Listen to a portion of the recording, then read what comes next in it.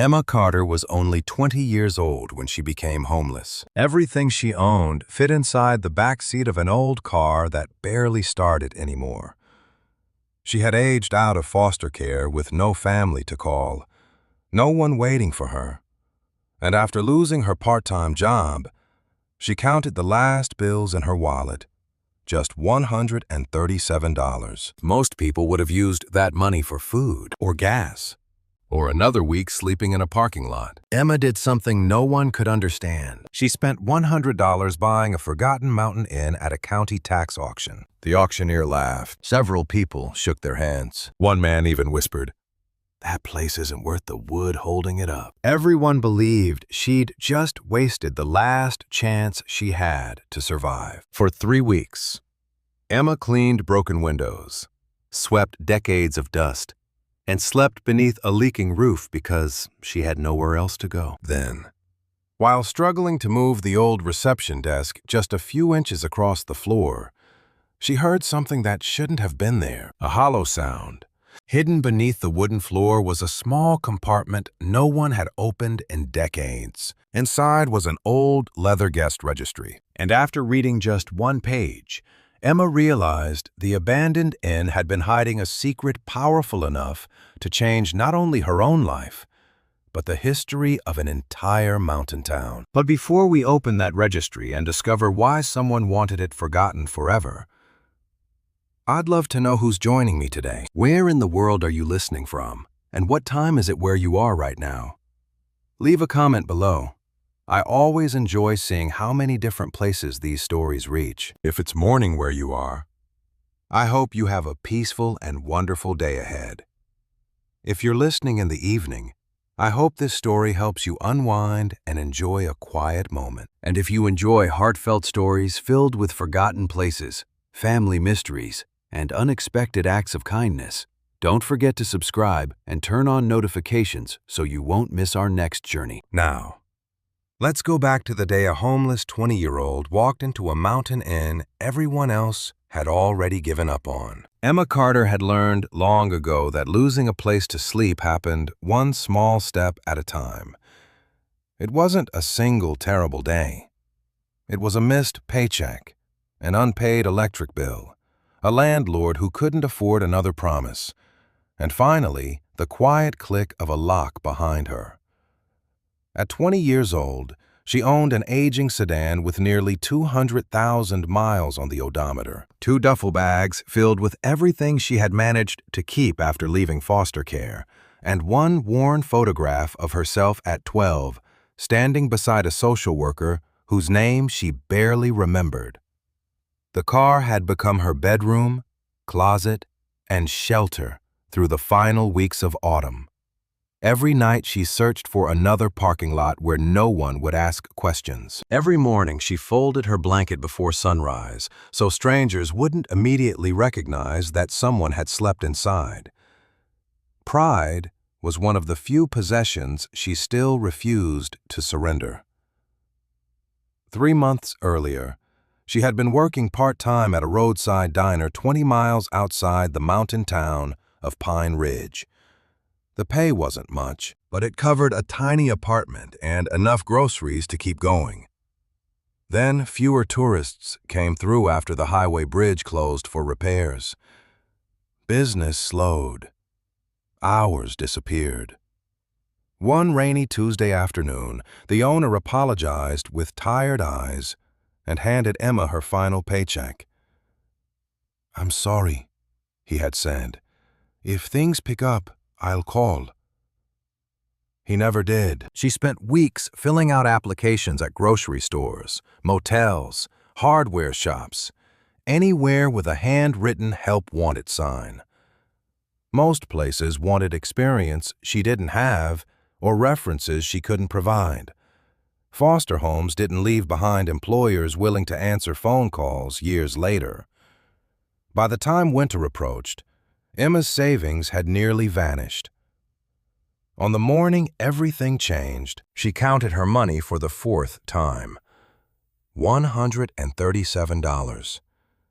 She spread the worn bills across the passenger seat as if looking at them differently might somehow create more gas, food, and the registration renewal due next month. None of the numbers worked. She folded the money carefully back into her wallet and turned the key. The engine hesitated before coughing to life. "Just one more day," she whispered to the dashboard. Halfway toward town, smoke drifted from beneath the hood. The temperature gauge climbed faster than she had ever seen. She eased onto the shoulder just before the engine died completely. Steam rolled into the cold mountain air. Emma sat silently behind the steering wheel, gripping it until her knuckles turned white. She didn't cry. She had discovered years ago that crying rarely solved practical problems. A passing tow truck driver stopped long enough to lift the hood. After a brief look, he shook his head. "Blown head gasket," he said kindly. "Repair will cost more than the car's worth." He wished her luck before driving away. Emma watched the empty road until the sound of his truck disappeared into the hills. She should have felt angry. Instead, she simply felt tired. Carrying both duffel bags, she walked the remaining mile into Pine Ridge. Outside the county courthouse, handwritten signs pointed visitors toward the annual tax auction. She almost ignored them until she overheard two older men discussing old trucks and equipment being sold cheaply. A working pickup, even an ugly one, could become somewhere safer to sleep. She checked the money in her wallet again. $137. It wasn't enough for much, but perhaps enough for a miracle. Inside the crowded meeting hall, folding chairs filled quickly with farmers, contractors, collectors, and curious neighbors. Emma sat quietly near the back, hoping no one noticed the frayed sleeves of her jacket. Most bidders seemed to know one another. They laughed, exchanged stories, and greeted county employees by name. Emma knew no one. The auction moved quickly through unpaid storage units, abandoned machinery, and vacant lots. Every truck sold for more than she could afford. Each time she thought the price might stop, another hand lifted. Her hope faded with every bid. Near the end of the list, the auctioneer adjusted his glasses and announced one final property. "Old Blackwood Mountain Inn. Delinquent taxes. Structure condemned for commercial use. Sold as is." A faded photograph appeared on a projection screen. The building looked forgotten, wrapped in creeping vines beneath towering pines. Several people chuckled. One man muttered, "That old place should have fallen down years ago." Another added, "Costs more to tear it down than it's worth." The auctioneer opened bidding at $100. Silence filled the room. Emma barely paid attention. She was staring at the photograph, thinking only that even a broken building had walls and a roof. Somewhere no one could tell her to move along before sunrise. Before she realized what she was doing, her hand rose slightly. "100, the auctioneer called. He glanced around the room. "Any advance?" Nobody answered. A woman near the front laughed softly. Someone whispered, "Poor kid doesn't know what she just bought." The gavel struck the podium. "Sold!" For a moment, Emma simply blinked. She hadn't expected anyone to accept her bid. She certainly hadn't expected to own anything. County staff directed her toward a small table where she signed several forms with trembling hands and counted out $100, leaving $37 in her wallet. An elderly clerk handed her a thick envelope containing legal papers and one heavy brass key attached to a weathered wooden tag that read, "Blackwood Mountain Inn." "Congratulations," the clerk said with a gentle smile. "I hope you find what you're looking for." Emma wasn't sure what that meant. Outside, the laughter from a few departing bidders still echoed behind her, but she barely heard it. She climbed into the borrowed ride offered by a county employee heading toward the mountain road. As the truck rounded the final bend, Fog drifted between the pine trees. And there, standing alone against the gray sky, was the abandoned mountain inn, waiting in complete silence. Emma stood quietly at the edge of the gravel driveway after the county employee drove away, listening as the truck's engine faded into the distance. For the first time in months, there was no traffic, no voices, and no sound except the wind moving through tall pine trees. Before her stood Blackwood Mountain Inn. It had probably been beautiful once. 3 stories of weathered timber rose from a stone foundation built into the mountainside. A wide front porch wrapped around the building, though several railings leaned at dangerous angles. Broken shutters hung from rusted hinges, and vines climbed across cracked windows that reflected nothing but drifting fog. A faded wooden sign still swung above the entrance. Most of its painted letters had disappeared, but she could still make out the words Blackwood Mountain Inn. Emma tightened her grip on the brass key. The building looked tired rather than dead. Somehow that made her feel less alone. She climbed the porch steps carefully, testing each board before trusting her weight. One plank creaked loudly, another bent enough to make her step around it. At the front door, she hesitated. The heavy key slid into the old lock with surprising ease. It resisted at first, then turned with a loud metallic click. The door opened only a few inches before stopping against years of dust and debris. She pushed harder until it slowly swung inward. Cool air carrying the scent of old wood and forgotten fireplaces drifted outside. Sunlight filtered through dirty windows, revealing thousands of tiny dust particles floating across the empty lobby. Emma stepped inside. The silence felt different from the parking lots where she had slept. This silence wasn't lonely. It was waiting. The lobby was larger than she expected. A stone fireplace dominated one wall, its chimney stretching toward the ceiling where a tarnished chandelier hung motionless. Worn leather chairs surrounded small wooden tables coated with thick dust.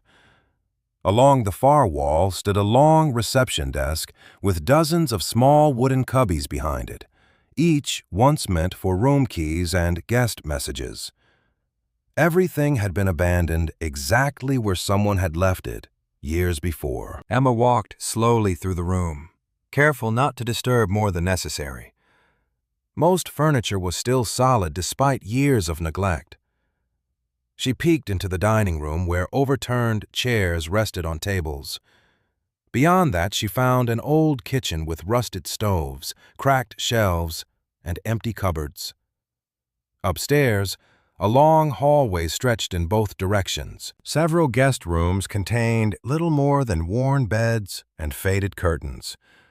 Rain had leaked through parts of the roof, damaging ceilings in several rooms, but many remained surprisingly intact. She counted nearly 20 guest rooms before returning downstairs. By late afternoon, she accepted one simple truth. The inn needed far more repairs than she could possibly afford. But unlike her broken car, it was still standing. It still offered shelter. That alone made it more valuable than anything she had owned in years. She opened every curtain she could reach, allowing sunlight to push back the shadows. Then she searched each room for anything useful. An old broom leaned inside a storage closet. A metal bucket sat beneath a sink. She carried both into the lobby and began sweeping. Dust rose into the air with every stroke, making her cough repeatedly. But she kept working until a narrow path appeared across the wooden floor. She cleaned enough space beside the fireplace to unroll the blanket from her duffel bag. It wasn't much, but for the first time in weeks, she would sleep inside walls that belonged to no landlord and no stranger. As evening approached, a pickup truck slowly climbed the driveway. Emma instinctively stiffened. An elderly man stepped out carrying 2 paper grocery bags. He wore faded overalls beneath a thick flannel jacket, and removed his cap as he approached the porch. "Afternoon," he called gently. "You must be the young lady who bought the inn." Emma nodded cautiously. "I'm Walter Briggs," he smiled warmly. "Retired mail carrier. Used to deliver up here before the place closed." She thanked him for introducing himself, but remained guarded. Experience had taught her that kindness sometimes came with expectations. Walter seemed to notice. He simply held out one grocery bag. "Figured you might need a few things. Bread, canned soup, coffee, flashlight batteries, nothing fancy." Emma stared at the bag without reaching for it. "I can't pay you." Walter chuckled softly. "Didn't ask you to." After a long pause, she accepted it. "Thank you." "You're welcome." He looked around the old lobby with quiet affection. "This place has good bones. Folks forget that." Before leaving, he pointed toward a hand pump behind the building. "Water still works if you prime it a bit. Saves hauling buckets from the creek." It was practical advice, offered without judgment. Emma appreciated that more than sympathy. The following morning, she pumped water, washed several windows, and cleared branches blocking the front steps. Around midday, another vehicle arrived. This one was a polished black SUV that looked strangely out of place on the mountain road. A well-dressed man in his early 60s stepped out carrying a leather folder. "You must be Emma Carter," he said pleasantly. "I'm Oliver Grant." He introduced himself as a local developer with plans for improving tourism throughout the county. His smile never disappeared, but his eyes seemed more interested in the building than in Emma. "I heard about the auction," he continued. "Frankly, you got yourself quite a burden." Emma said nothing. "I'll make things easy." He opened the folder and removed a prepared document. "I'll buy the property today. $5,000, cash payment. You walk away with a nice profit and no headaches." $5,000 was more money than Emma had ever possessed. It could buy another car, rent an apartment, and keep her fed for months. She looked around the dusty lobby. Broken windows, peeling walls, a leaking ceiling. Then she remembered sleeping in parking lots, always afraid someone would knock on the glass before sunrise. This place might be falling apart, but it was the first roof that had been hers. "I'm sorry," she said quietly. "I'm not selling." Oliver looked genuinely surprised. "You're certain?" She nodded. "I don't have anywhere else to go." For the first time, his smile faded slightly. "If you change your mind, call me."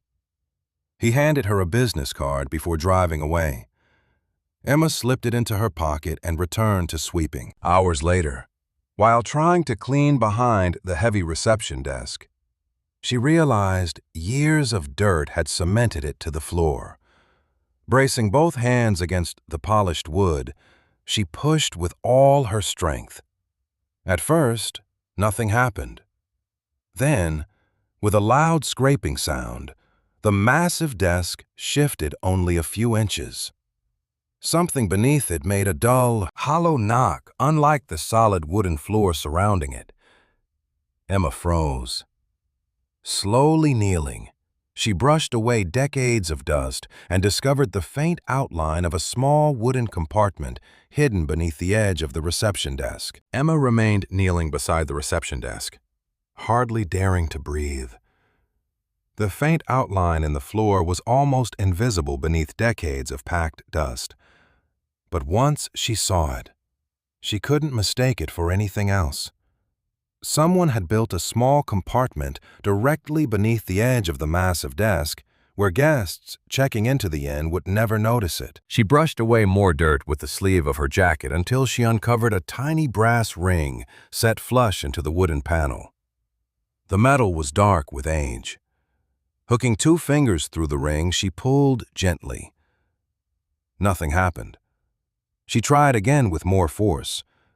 The panel refused to move. After searching the kitchen, she returned with an old butter knife and carefully worked it beneath one edge. The wood groaned softly before finally lifting just enough for her to pull it open. A cool breath of stale air escaped from the narrow space below. Inside rested a single object wrapped in faded brown cloth. Emma carefully lifted it out and unfolded the brittle fabric. Resting inside was a thick leather-bound book, nearly the size of a family Bible. Its cover had darkened with age, and the corners were worn smooth from years of handling. Embossed across the front in faded gold letters were two simple words: Guest Registry. She expected a hotel ledger listing names and room numbers. Curious. She carried the heavy book to one of the lobby windows where the afternoon light was strongest. The first pages contained exactly what she expected: dates, names, room assignments. But after only a few entries, she noticed something unusual. Beside many names appeared handwritten notes in a different ink than the registrations themselves. Some were only a sentence long. Found work at the Miller farm. Left with enough money for train fare. Returned 1 year later to repay every dollar. Others were more personal.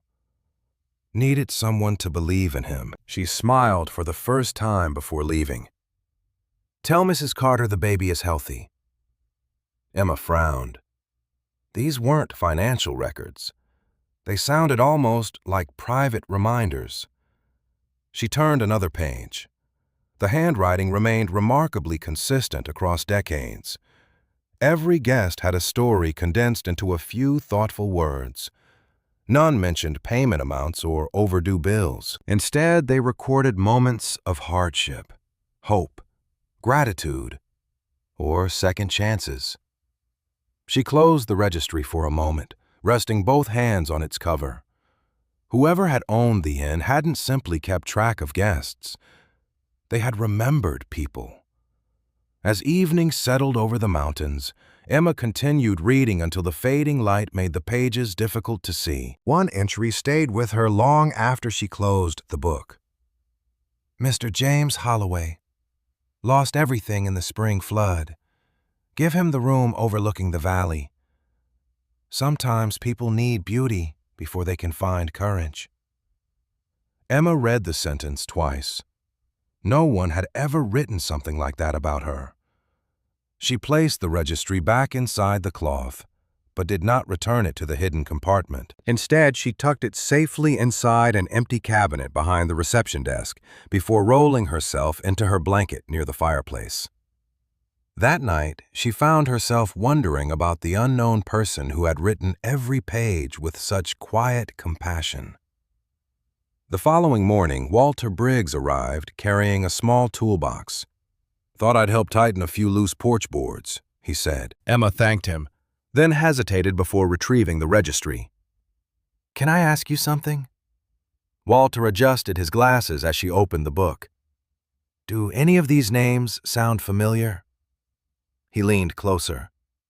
The moment his eyes settled on the first page, his expression changed. Well now, he whispered, I haven't seen this in a very long time. Emma looked up. You've seen it before? Walter shook his head slowly. Not this book exactly, but I remember folks talking about Miss Margaret always writing after guests checked in. Margaret Hill. She owned this place for years before it closed. Walter pointed toward one entry. Samuel Pierce. I delivered mail to him for 30 years.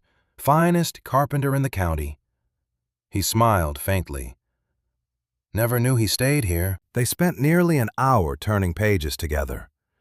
Every few names Walter recognized another resident or another family that still lived somewhere in Pine Ridge. Some had owned farms. Others had operated small businesses. One had later served as mayor. Emma noticed a surprising pattern. Many of the names belonged to people who had become respected members of the community. "It's strange," she said quietly. "Almost everyone here seems important later." Walter nodded thoughtfully. "Funny thing is, most of them weren't important when they arrived." Before leaving, Walter suggested she visit the town library. "If anyone knows old county history, it'll be Hannah Flores." Later that afternoon, Emma walked into the small brick library carrying the registry inside her backpack. Hannah Flores looked up from a cart of returned books and smiled warmly. She appeared to be in her 30s, with dark hair tied loosely behind her head and reading glasses balanced on top of a notebook filled with handwritten research. "Can I help you?" Emma introduced herself and explained she had recently purchased Blackwood Mountain Inn. Hannah's eyebrows lifted in surprise. "So you're the new owner everyone's talking about." Emma carefully placed the registry on the research table. Hannah opened it with obvious curiosity. Within minutes, she became completely absorbed.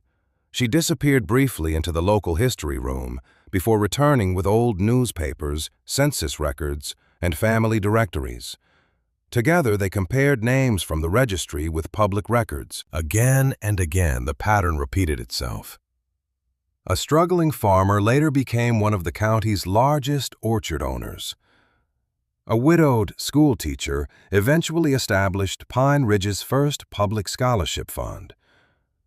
A young veteran, listed in 1 year later, appeared in newspaper articles as the founder of the volunteer fire department. Hannah looked up thoughtfully. "I've spent years studying this town," she said. "I know these families, but I've never realized they all passed through the inn." Emma slowly turned another page. "Do you think that's a coincidence?" Hannah considered the question. "Maybe." She paused. "Or maybe this place mattered far more than anyone remembers." They continued reading until one section stopped Emma completely. Between two carefully numbered pages, rough paper edges interrupted the otherwise perfect sequence. She counted again to be certain. The page numbers skipped ahead exactly one sheet.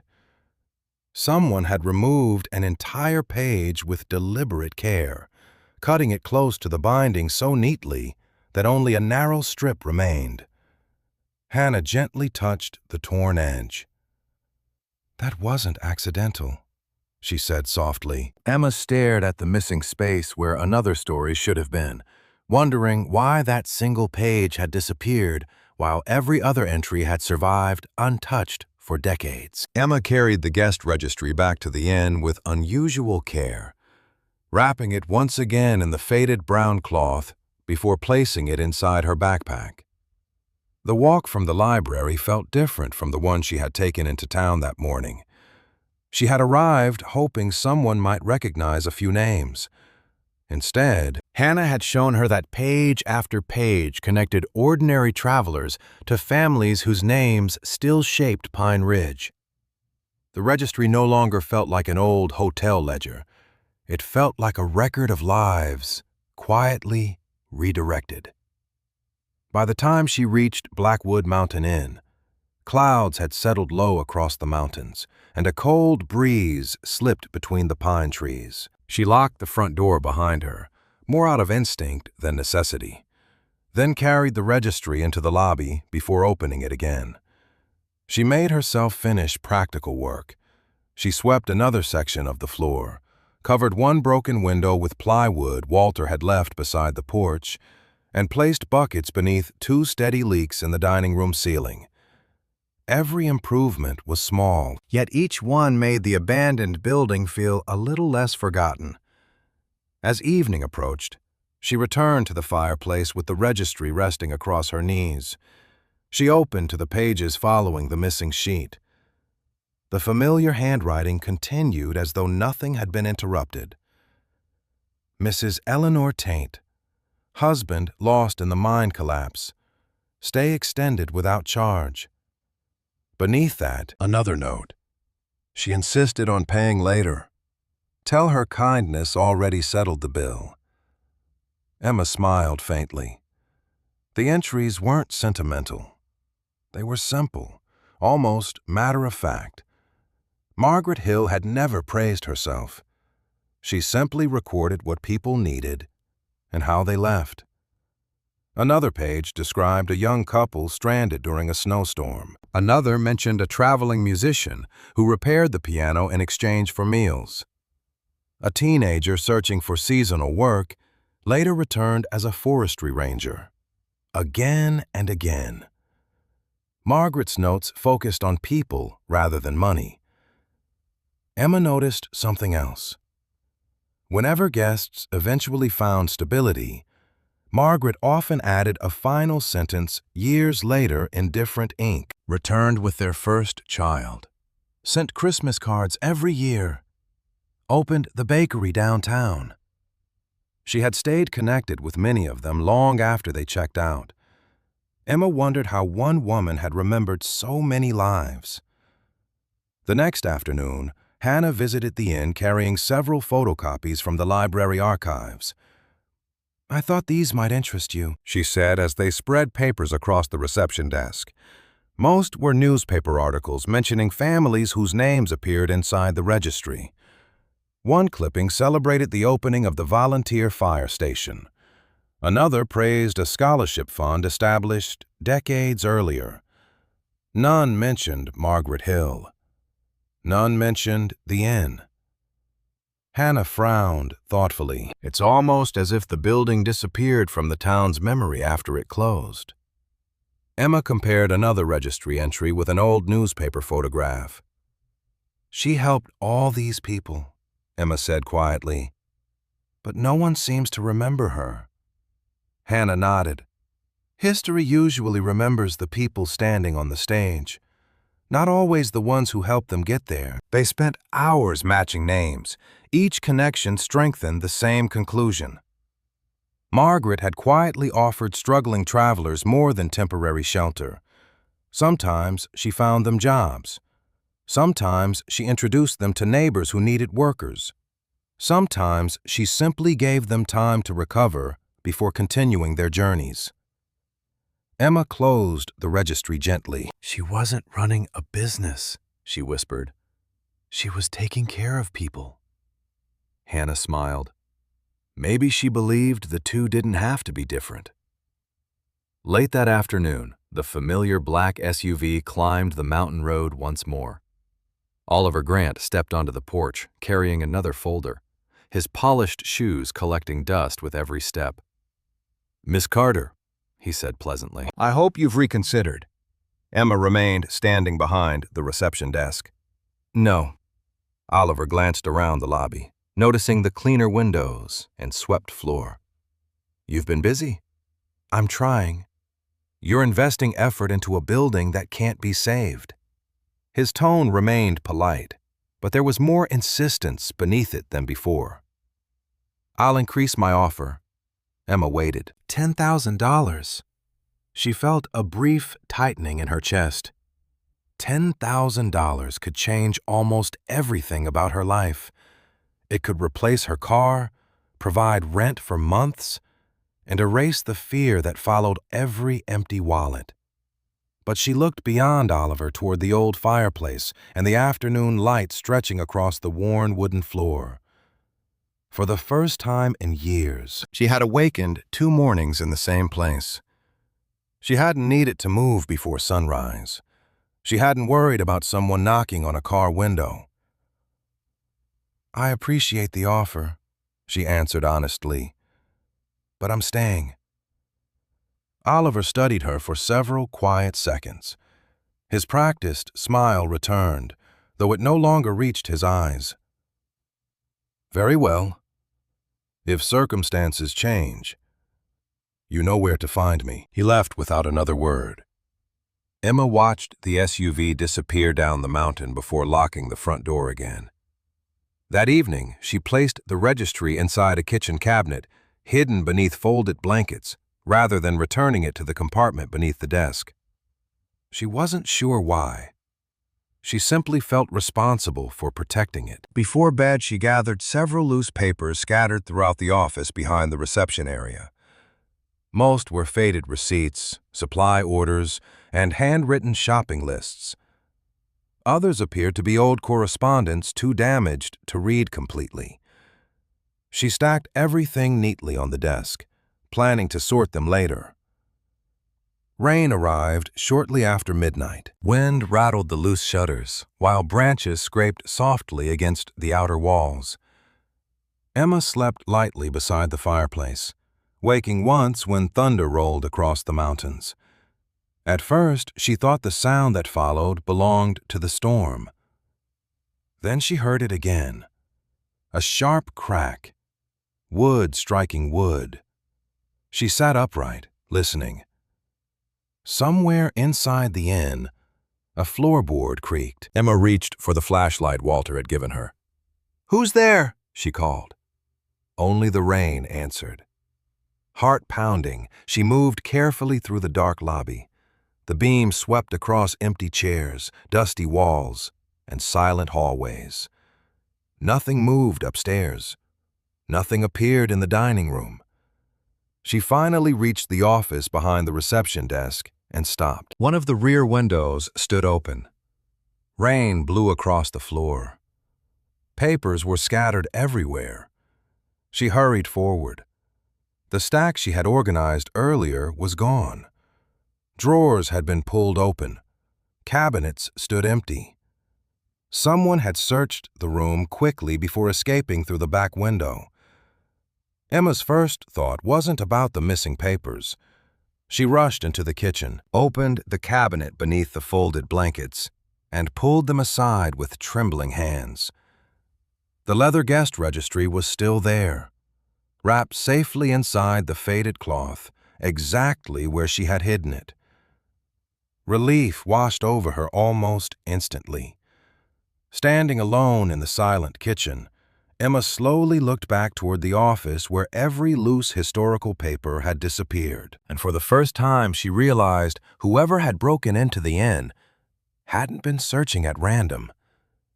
They had been looking for something very specific, and somehow they had failed to find the registry. Morning sunlight revealed muddy footprints beneath the open office window, but the night's rain had already blurred them into little more than dark smears across the ground. Emma stood outside with Walter Briggs, who had arrived early after seeing the damaged window while driving past. He examined the broken latch without saying anything for a long moment, before quietly closing the window. "Whoever came here knew where they were going," he finally said. Emma nodded. They ignored the furniture. They ignored the old dishes. They only took papers. Walter looked toward the lobby. "Anything important missing?" Emma hesitated before answering. "Just old records I hadn't sorted yet."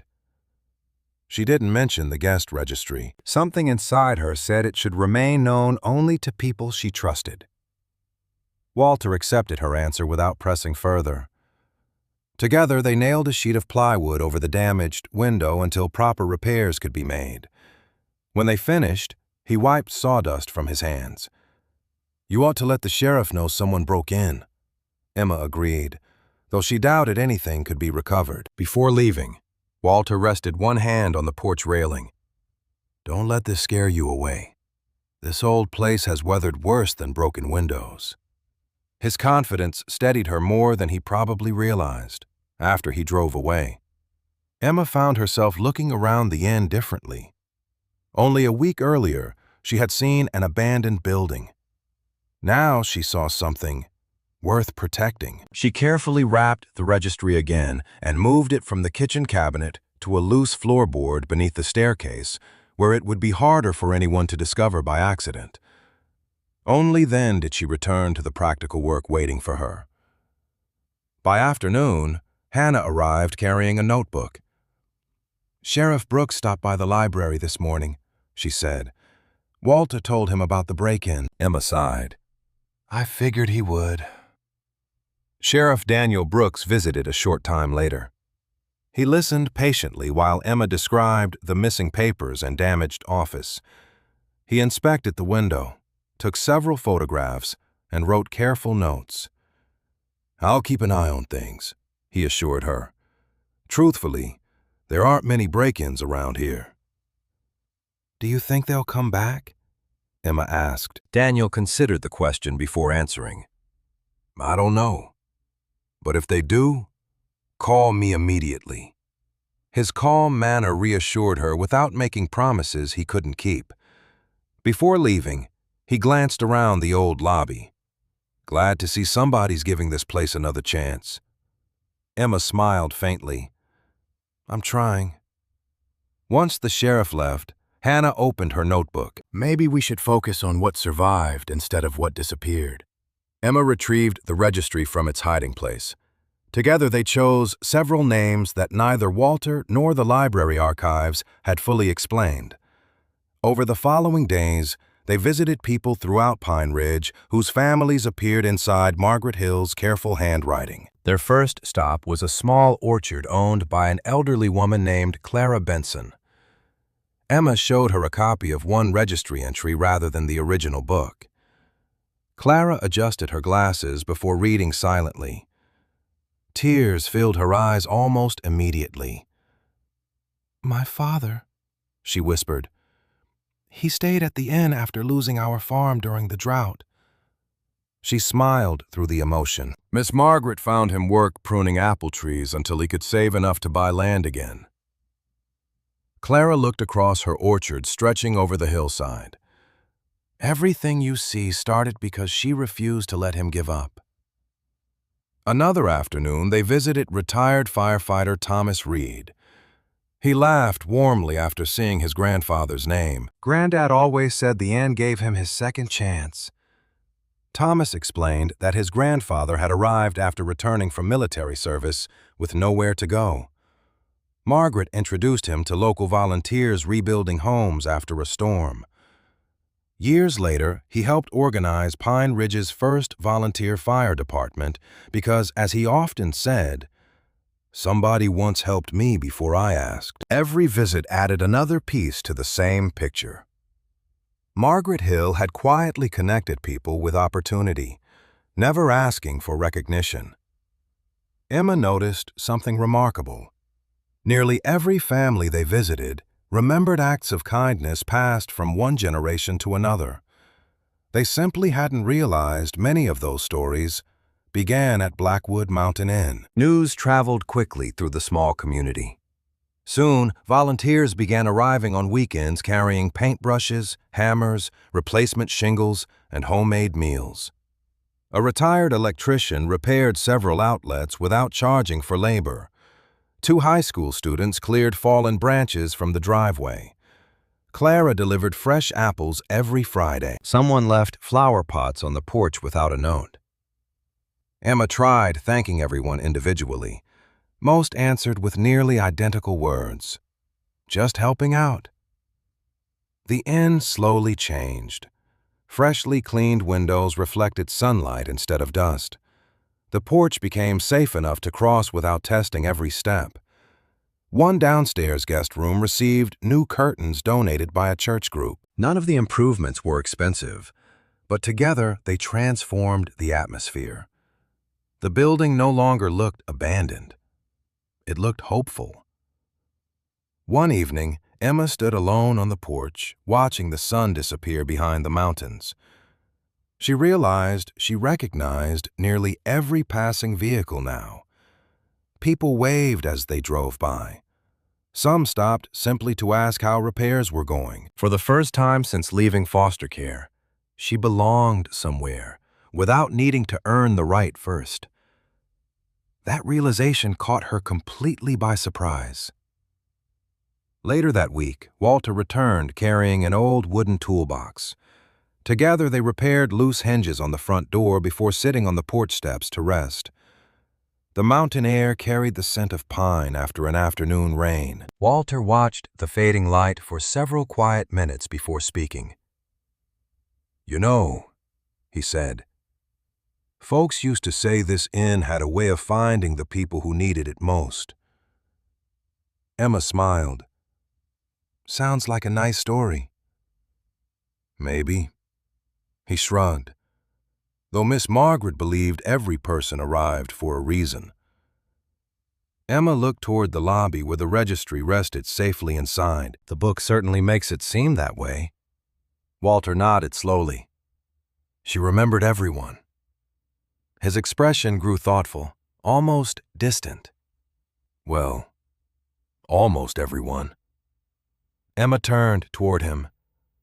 What do you mean? He rested both hands on the handle of his cane. Years before the inn closed, I delivered a letter up here. He paused as though carefully searching through old memories. Margaret thanked me and said something I've never forgotten. Emma waited quietly. Walter looked toward the weathered building before repeating the words exactly as he remembered them. She said, "Every guest eventually finds their way home. Except one. One guest is still missing." He fell silent. Emma searched his face, hoping he would explain, but Walter only shook his head gently. I asked her what she meant. He gave a faint, apologetic smile. She only said that someday, someone else would understand. Emma couldn't stop thinking about Walter's final words. Every guest eventually finds their way home. Except one. The sentence lingered in her mind as she swept the lobby the following morning. Margaret Hill had carefully recorded hundreds of people who rebuilt their lives after passing through Blackwood Mountain Inn. Yet somewhere among those names, one story remained unfinished. Emma wondered whether the missing page in the registry held the answer, but she pushed the thought aside. Hannah had reminded her more than once that answers usually appeared only after enough pieces were in place. There was still plenty they didn't understand. 2 days later, Hannah arrived carrying a small archival storage box sealed with faded county labels. She set it gently on the reception desk before smiling. I think I found something that belonged here. Emma looked up from repairing a loose cabinet hinge. Where? The library basement. Hannah brushed dust from the lid. Several years ago, volunteers boxed materials from closed buildings before the old records room flooded. Most were never properly cataloged. Inside lay several weathered journals, wrapped individually in brown paper and tied with cotton string that had yellowed with age. A small handwritten label rested on top. M. Hill. Emma carefully untied the first bundle. The notebook inside was simpler than the guest registry. Its cloth cover faded almost gray from years of use. Opening the first page, she immediately recognized the same neat handwriting. Margaret Hill. Unlike the registry, these journals weren't records of guests checking in. They were reflections written at the end of long days. The earliest entries described ordinary responsibilities: repairing broken pipes, ordering supplies before winter, worrying about roof leaks after heavy storms. But gradually the writing shifted toward the people who stayed at the inn. One entry read, "Some travelers ask for directions. Others ask for hope without knowing how to put it into words." Another said, "There is no shame in needing a room you cannot yet afford. Pride often keeps people colder than winter ever could." Emma slowly closed the journal. She really believed this place was more than a business. Hannah nodded. "Keep reading." They spent the afternoon working through the notebooks one by one. Margaret never described herself as generous or heroic. In fact, she often questioned whether she had done enough. One winter entry mentioned quietly extending stays for families trapped by snowstorms. Another described arranging work for travelers by writing letters to nearby farms and businesses. Several pages explained why she almost never recorded unpaid balances. "A debt reminds people of failure," one passage read. "A chance reminds them they still have tomorrow." Emma felt something tighten in her chest. She had spent months worrying about debts she couldn't pay. Reading Margaret's words, she wondered how different those months might have felt if someone had simply believed, tomorrow could be better. Hannah smiled softly. Now the registry makes sense. Emma looked toward the hidden floor beneath the staircase where she kept it safely tucked away. She wasn't tracking money. No, Hannah agreed. She was tracking kindness. The journals confirmed it repeatedly. Margaret kept careful notes about opportunities instead of obligations. Whenever someone received help, she quietly recorded what happened afterward. If they later succeeded, she added another brief note. Years later, sometimes those same guests returned and helped someone else.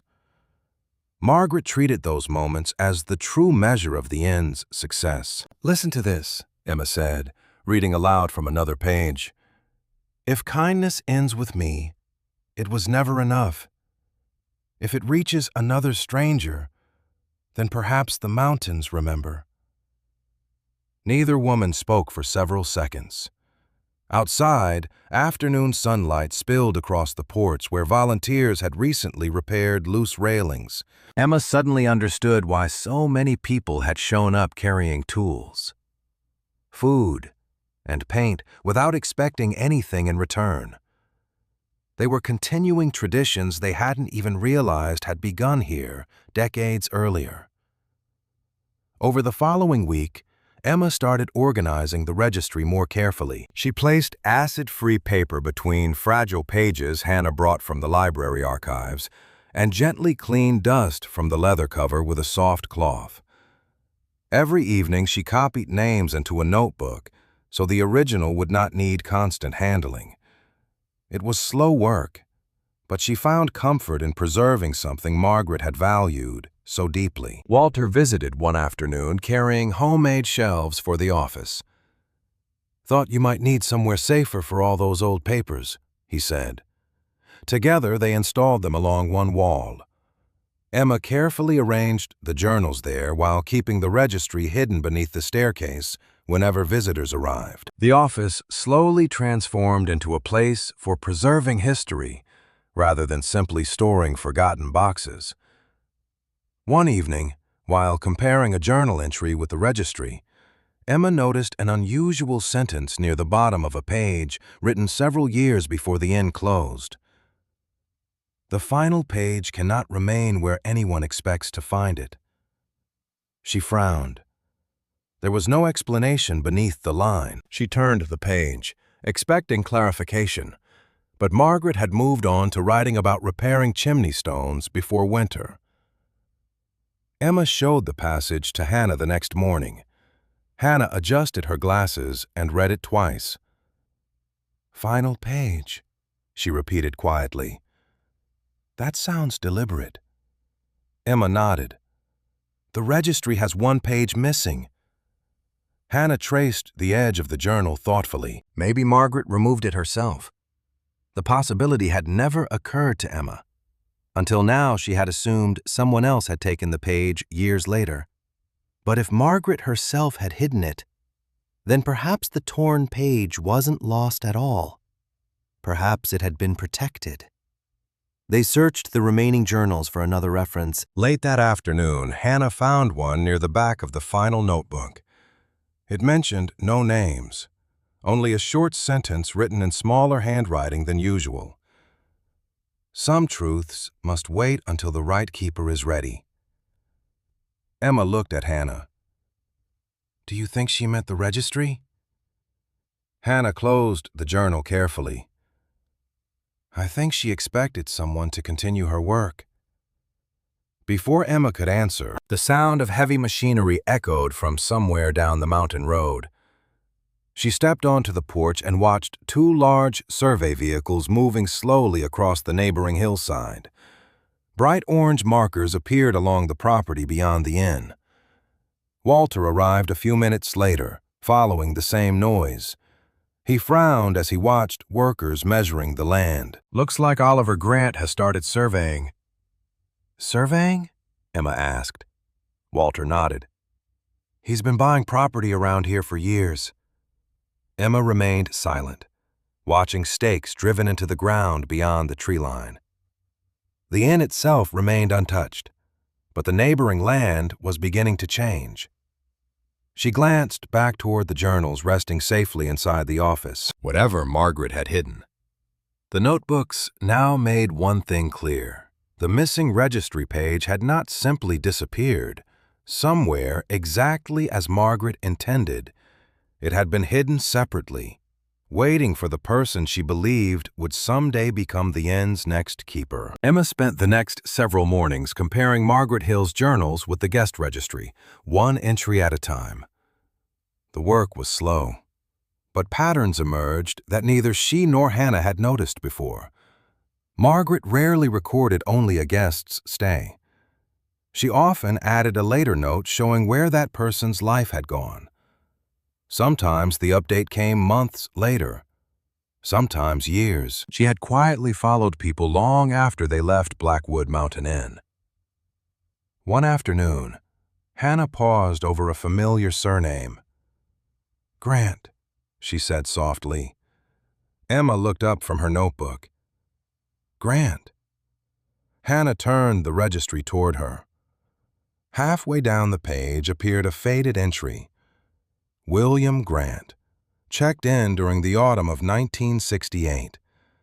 Beside his name, Margaret had written only a few lines. Arrived after losing the family mill. Proud man. Accepted work only after 3 conversations. A second note, written years later in darker ink, read, "Started again. Asked that no one ever know."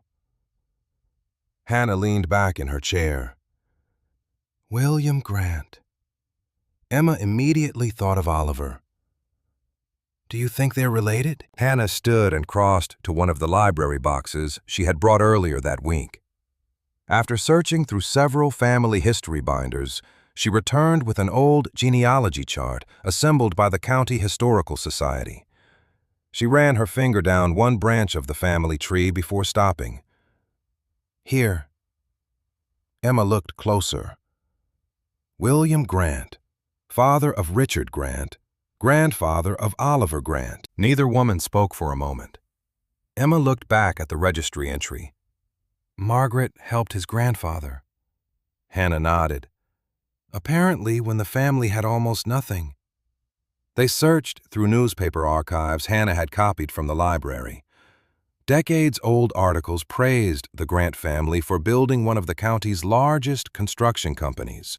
More recent stories described Oliver's growing reputation as a successful developer bringing investment into the mountains. Yet every profile told the same version of the family's beginning. William Grant had supposedly rebuilt his future entirely through determination after losing everything. There was no mention of Blackwood Mountain Inn, no mention of Margaret, no mention of temporary shelter or work arranged through local neighbors. Emma quietly reread Margaret's brief note. Asked that no one ever know. She frowned. Maybe he wanted privacy. Hannah nodded thoughtfully. That's possible. Emma closed the registry gently. Then why is Oliver so determined to buy this place? Neither answered immediately. The question settled quietly between them. Later that afternoon, Walter stopped by, carrying replacement boards for the back porch. While he worked, Emma asked whether he remembered the Grant family. Walter rested his hammer across the railing. William? He smiled faintly. Hard-working man after he got back on his feet. Did people know he stayed here? Walter shook his hand. Not that I remember. Emma hesitated before asking her next question. Would it have embarrassed him? Walter considered that. Back then, maybe. He drove another nail into place. Folks weren't always comfortable admitting they'd needed help. That answer felt reasonable. Emma thought again about the registry. Margaret hadn't written those notes to shame anyone. If anything, she had protected their dignity. Every entry focused on hope rather than failure. As the week continued, volunteers kept arriving at the inn. Clara Benson organized neighbors to repaint the front porch. 2 local carpenters repaired damaged steps. Someone donated curtains for the dining room windows. Emma worked beside them from sunrise until evening, sanding old wood, carrying supplies, and learning skills she had never imagined needing. The building changed a little every day. So did she. One afternoon, Sheriff Daniel Brooks stopped by to check on the break-in investigation. "No luck identifying whoever entered," he admitted, "but there haven't been any other reports." Emma thanked him before leaving. Daniel looked across the freshly repaired porch. "You've brought more life back here in a month than I've seen in 20 years. His words stayed with him long after he drove away. That evening, she returned to Margaret's journals. She was searching for another reference to the missing registry page when a folded slip of paper fell from between 2 pages and landed beside her chair. It wasn't a letter. It was a rough, hand-drawn sketch. The paper had yellowed with age, and several corners had torn away. But the drawing remained clear enough to read. It showed part of the inn's ground floor. Margaret had sketched the lobby, reception desk, fireplace, kitchen, and staircase. Near the edge of the page, a small X appeared beside an unlabeled wall. Beneath the drawing, she had written only 6 words. "Look where old stories rest quietly."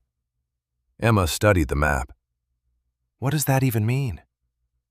Hannah arrived the following morning, and together they spread the sketch across the reception desk. They compared it with the actual layout of the inn. Most rooms matched perfectly. The X pointed toward a narrow section of wall beyond the original reading room, a space now mostly hidden behind tall built-in bookshelves that had remained empty since Emma arrived. Walter joined them after lunch. He examined the sketch before slowly smiling. "Those shelves used to be full." "Of books?" Emma asked. "Local histories, travel journals, guest donations." He looked toward the reading room. "Margaret always said every building deserved one quiet place where stories could stay." Emma walked into the reading room. Dust still coated the empty shelves despite recent cleaning. She carefully compared the wall to Margaret's sketch. The proportions matched almost exactly. Running her hand across the wood, she noticed one shelf sat slightly farther back than the others. It barely differed, but enough to catch her attention. Hannah stepped beside her. "See something?" Emma nodded slowly. She pressed against the shelf. Nothing happened. She tried lifting it slightly before pushing again. Still nothing. Walter knelt to examine the lower frame. "Old cabinetry sometimes hides release catches." They searched carefully without forcing anything. Minutes passed before Emma felt a tiny metal pen tucked beneath the lowest shelf, almost invisible beneath years of varnish. She looked at Hannah. "I think I found something." Carefully, she pressed the pen inward. A soft click echoed inside the wall. The shelf shifted forward less than an inch. Emma and Walter gently pulled together until the narrow section of shelving swung open like a concealed door. Behind it lay a shallow compartment built directly into the wall. There was no treasure, no valuables, only a small wooden box resting alone on the bottom shelf, covered by decades of dust exactly where Margaret had left it. Emma reached toward the box, her heart beating faster, knowing she was finally standing where Margaret had intended someone to look. Emma carefully lifted the small wooden box from the hidden compartment and carried it to the reading room table. Dust coated its lid so heavily that the grain of the wood was barely visible. There was no lock, only a simple brass clasp darkened by time. Walter, Hannah, and Emma exchanged silent glances before Emma slowly released the clasp. The hinges creaked softly as the lid opened. Inside lay a neatly folded sheet of linen, protecting a single bundle of papers. Resting on top was a page torn cleanly from the guest registry. The rough edge along one side matched the narrow strip still attached inside the ledger. Hannah let out a quiet breath. Margaret removed it herself. Emma nodded slowly. She wanted someone to find it, just not right away. Beneath the missing page rested one short handwritten note. If you are reading this, you have already learned that every name carries a story. One story, however, could never be finished until enough years had passed. Keep this page safe until you understand why it had to wait. Emma unfolded the registry page with careful hands. Unlike the others, it contained only a single guest entry. The date placed it among the final years before the inn closed. The guest had signed in using only 2 initials, A.C. No full name appeared. Margaret's first note was brief. Young woman, frightened, traveling alone, refused to say where she came from. Emma continued reading. No money, allowed to stay anyway. A second note followed beneath it. Excellent with children. Helped prepare meals while deciding what to do next. Walter remained silent while Hannah leaned closer. Margaret's handwriting continued several lines farther down the page. She believes everyone has already given up on her. They have not. Emma felt a quiet ache in her chest. The words reminded her too much of herself. She kept reading. Over the following weeks, Margaret had added several updates in different ink. Found temporary work in town. Learning to trust again. Still afraid to write home. Every entry sounded hopeful, without pretending life had suddenly become easy. The final section of the page was separated by several months. Margaret had written more carefully there, almost as if choosing each word with unusual attention. She is expecting a child. Emma looked up instinctively. Hannah noticed the change in her expression but said nothing. Walter removed his cap respectfully as Emma continued. She worries she has nothing to offer her daughter except love. Emma swallowed hard before reading the final completed sentence. I reminded her that love has built stronger homes than money ever could. Below that appeared one last unfinished note.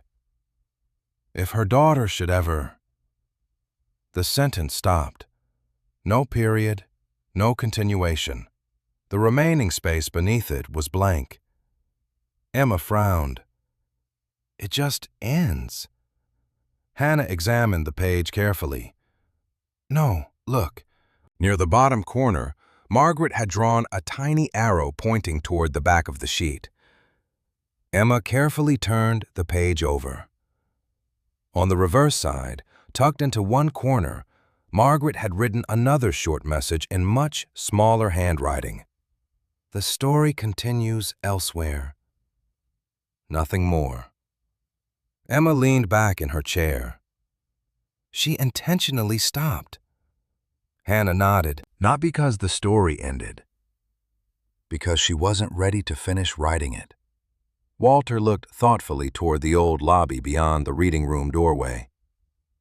Maybe she expected someone else would. For several minutes, no one spoke. Emma carefully placed the page beside the registry, making certain the torn edges matched perfectly before returning it to its proper place inside the book. The restored page fit so precisely that it almost seemed it had never been removed. Seeing the registry complete again brought an unexpected feeling of relief. Yet the story written on that page remained unfinished.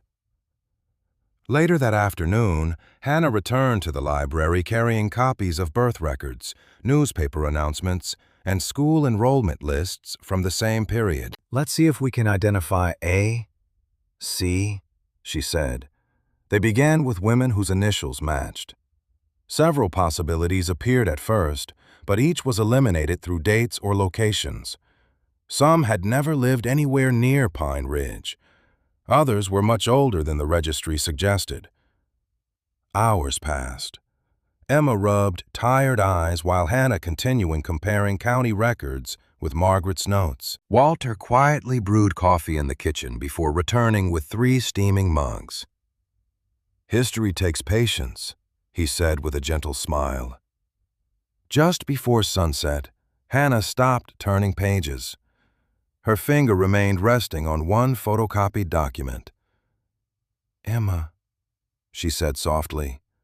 Emma looked up immediately.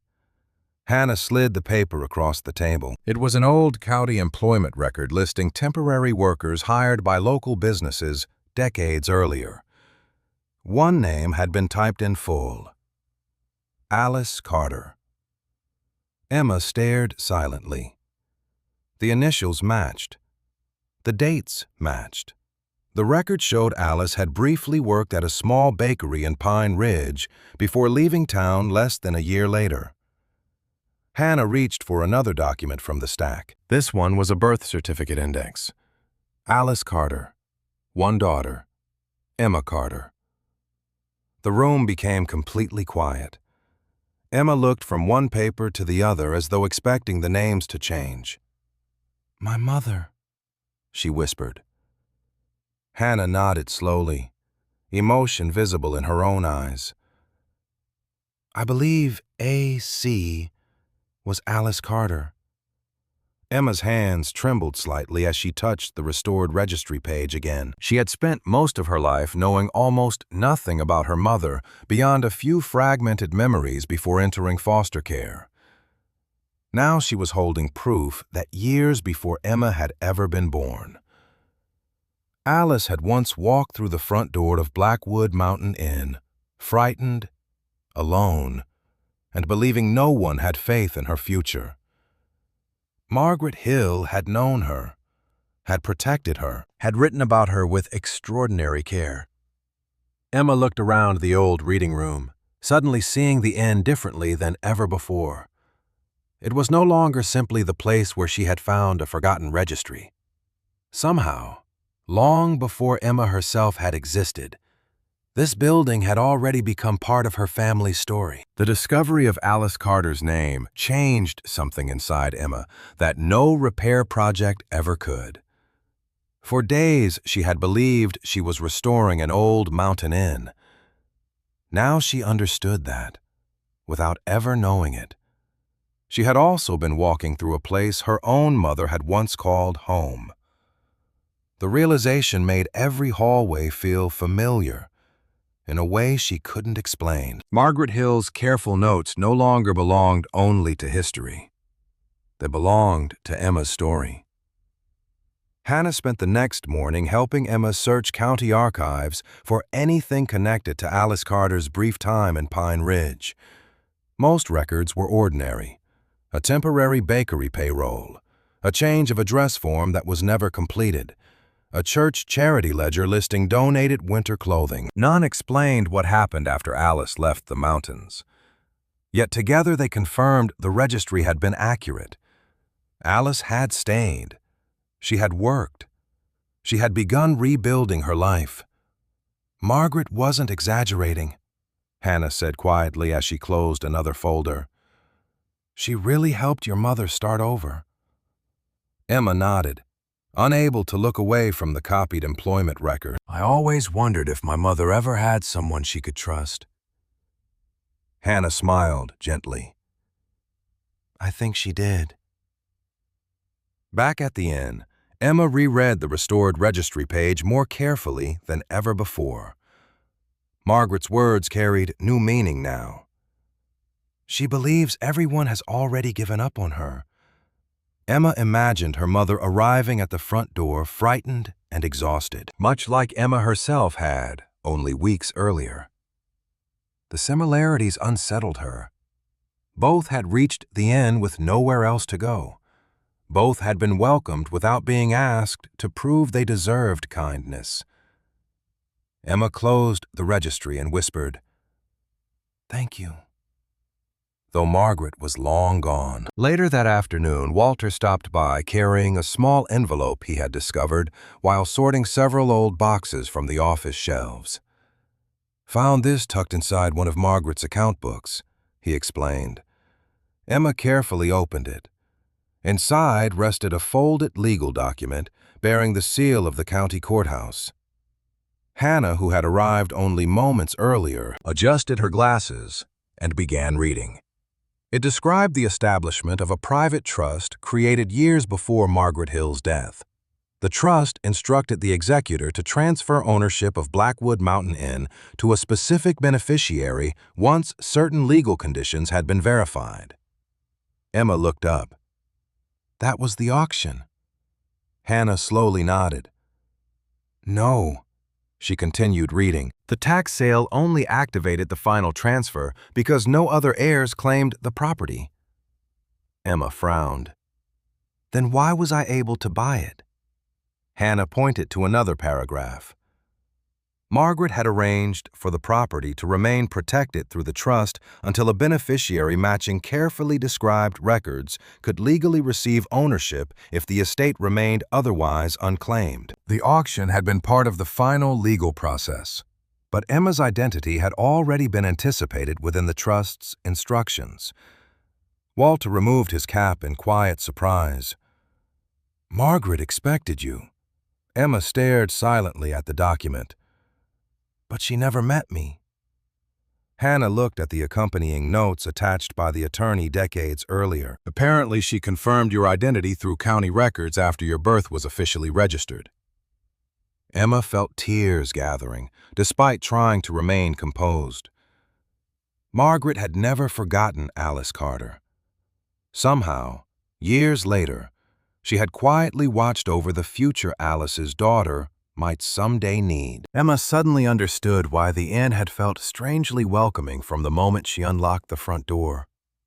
It had never truly been an accident. 2 days later, Sheriff Daniel Brooks arrived carrying official paperwork requested from the county recorder's office after Hannah informed him about the trust. He reviewed the documents carefully before smiling. "Everything appears to be in order." Emma looked uncertain. "So no one can take the inn?" Daniel shook his head. "Your ownership is legally valid."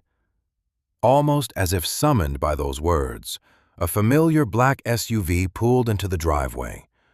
Oliver Grant stepped onto the porch, holding another folder beneath his arm.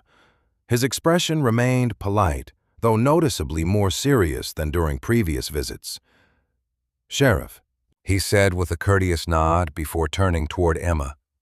"Miss Carter, I understand you've uncovered additional historical material." Emma answered calmly, "We've found records that belonged here." Oliver glanced toward the restored lobby. "I hope you realize preserving old papers can become complicated." Daniel stepped slightly closer, not confrontational but unmistakably present. "Everything all right here?" Oliver smiled professionally. "Of course. I simply wanted to make one final offer before future development begins nearby." He looked back at Emma. $25,000. Emma almost laughed at how impossible that number would have sounded only a month earlier. It was more money than she had ever imagined having. Yet when she looked around the lobby, she no longer saw an abandoned investment. She saw Margaret's journals carefully arranged on new shelves, Walter's repaired porch, Clara's flowers blooming outside the windows, Hannah's stacks of research notes. She saw the place where her own mother's life had once changed direction. "Thank you," Emma said sincerely. "But my answer hasn't changed." Oliver studied her for several quiet seconds before giving a small nod. "Very well." He returned the folder to his briefcase. "I wish you success." Without another argument, he walked back to his vehicle and drove away. Walter watched until the SUV disappeared around the mountain curve. "Think that's the last of it?" Daniel answered honestly. "As far as ownership goes, Yes, he held up the county paperwork. Legally, there's nothing left to dispute. Relief settled across the room. Not excitement, not celebration, simply relief. For the first time since buying the inn, Emma no longer feared losing it. That evening, after everyone else had gone home, Emma returned to the office where Margaret's journals rested neatly on their shelves. She carefully placed the registry inside its protective cloth before noticing one final item remaining inside the wooden box from the hidden compartment. It was a cream-colored envelope she somehow hadn't opened before. Time had yellowed the paper, but one detail remained perfectly clear. Written across the front in Margaret Hill's unmistakable handwriting were 4 simple words. For Emma Carter. Emma stood perfectly still, the sealed envelope resting gently in her hands, realizing Margaret had addressed the letter to her by name long before she had ever climbed the mountain road to Blackwood Mountain Inn. Emma held the envelope for several minutes before opening it. The paper felt surprisingly heavy, as though Margaret had known every word inside would matter. She finally broke the seal and unfolded several neatly written pages. Margaret's handwriting was as steady as it had been throughout the journals and the registry. "Dear Emma Carter," the letter began, "if this has reached your hands, then life has already been much harder on you than I ever wished. I am sorry I was not here to welcome you myself." Emma blinked away tears before continuing. "You may wonder how I knew your name. The answer begins with your mother." Margaret explained that Alice Carter had arrived at Blackwood Mountain Inn, frightened, alone, and convinced she had nowhere left to turn. During the months Alice stayed there, she worked, laughed again, and slowly began believing that her future could be different from her past.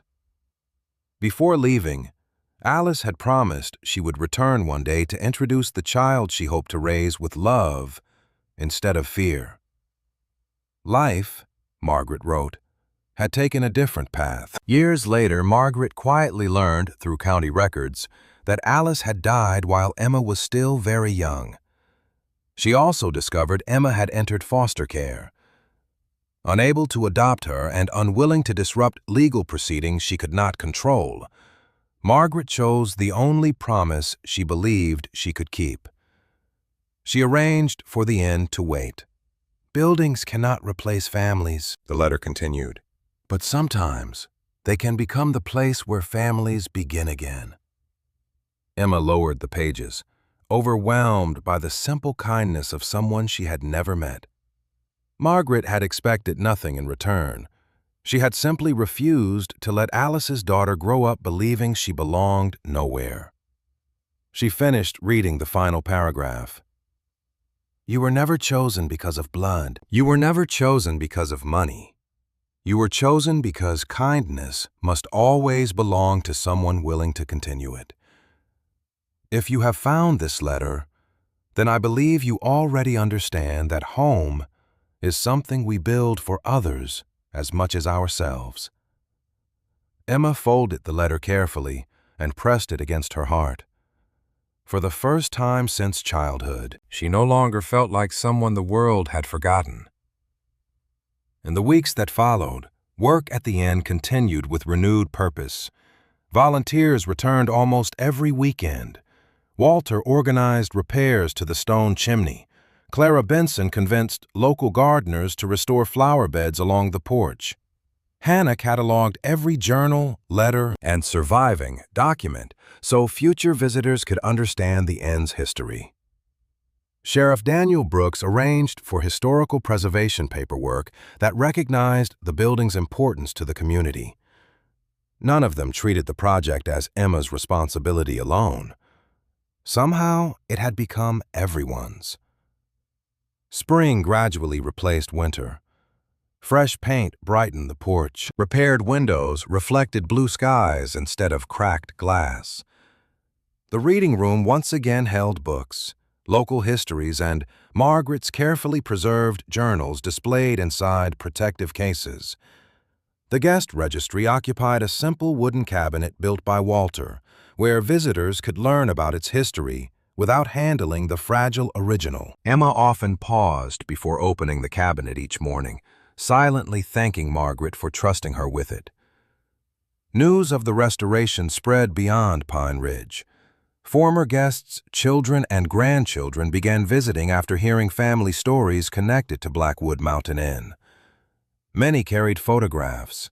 Others brought letters Margaret had written decades earlier recommending jobs, introducing neighbors, or simply encouraging someone not to lose hope. Every new visitor added another piece to the history the registry had quietly preserved. Hannah eventually completed a small exhibit explaining how one forgotten inn had shaped generations of families through ordinary acts of compassion. The display never celebrated wealth or famous people. Instead, it honored farmers, teachers, veterans, young parents, widows, travelers, and workers whose lives had crossed beneath the inn's roof before continuing into the wider world. Emma insisted that Margaret's own story remain modest within the exhibit, just as Margaret would have wanted. One warm Saturday morning, nearly a year after Emma had first unlocked the front door, Blackwood Mountain Inn officially reopened. Neighbors gathered across the porch carrying homemade food and folding chairs. Children chased one another through the freshly cut grass, while older residents shared memories many had not spoken aloud in decades. Walter stood proudly beside the restored entrance.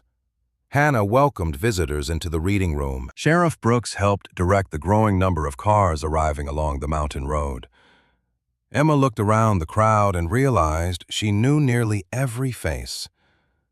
The homeless young woman who had once counted her last $137 no longer felt like a stranger anywhere on the property. During a short ceremony, Hannah spoke briefly about preserving history. Walter recalled delivering mail to Margaret many years earlier. Clara thanked everyone who had helped restore the building. When they invited Emma to say a few words, she hesitated before stepping onto the porch. She wasn't comfortable giving speeches. Looking across the crowd, she simply held up Margaret's letter. "I came here believing I had bought an old building," she said quietly. "Instead, I found a place where people believed that helping one person could change generations. I know that's true because it changed mine." No one applauded immediately. Several people simply nodded, understanding exactly what she meant. After the gathering ended, Emma walked inside and placed one final addition near the reception desk. A small framed sign read, "If you truly need a safe place for the night, please ask. One room will always be available." Walter smiled as he read it. Margaret would approve. Emma smiled back. "I hope so." Late that afternoon, after the last visitors had gone home, the inn grew quiet once again. Sunlight drifted through clean windows onto the polished reception desk where everything had begun. Emma unlocked the wooden cabinet and carefully removed the original guest registry. Beside it rested a second book with blank pages and a new leather cover. She opened it to the first page and wrote the date. Then she paused before signing her own name beneath the first entry. She did not write about buying the inn for $100. She did not mention being homeless or alone. Instead, she wrote a single sentence she hoped every future keeper would remember. "May everyone who arrives here leave believing tomorrow can still be kinder than yesterday." She closed the book gently and placed it beside Margaret's registry. Standing behind the restored reception desk, Emma looked across the quiet lobby that had once welcomed her when she had nowhere else to go. At 20 years old, she had climbed the mountain, searching for nothing more than a roof over her head. Instead, she had found the one thing she had been missing her entire life: a place to belong, and the chance to make sure no one else would ever have to face those mountains, believing they were completely alone. Some people spend their entire lives searching for treasure. Emma thought she was buying an abandoned mountain inn for $100. Instead, she inherited something far more valuable. Not gold, not land, not even a building. She inherited a promise that no person should ever be defined by the worst day of their life. For decades, Margaret Hill quietly proved that one act of kindness could ripple through generations. A warm meal, a safe room, a conversation at the right moment. Those small choices shaped families, businesses, friendships, and an entire town. Without asking for recognition. The guest registry wasn't important because famous people had signed it. It mattered because ordinary people had people who were tired, people who were frightened, people who simply needed someone to believe they still had a future. And in the end, Emma discovered that she had never truly inherited an old inn. She had inherited the responsibility to keep that hope alive. Maybe that's the real meaning of home. Not the place where you're born, but the place where someone opens a door and says, "You're safe now." If this story touched your heart, I'd love to hear your thoughts. Where are you watching from today? And what time is it where you are? Leave a comment below. I read as many as I can, and I truly enjoy seeing people from all over the world come together through these stories. If you believe kindness still matters, even in small ways, please consider subscribing and joining our community. There are many more forgotten places, hidden histories, and remarkable lives waiting to be discovered. Until our next story, take good care of yourself. Take care of someone around you if you can.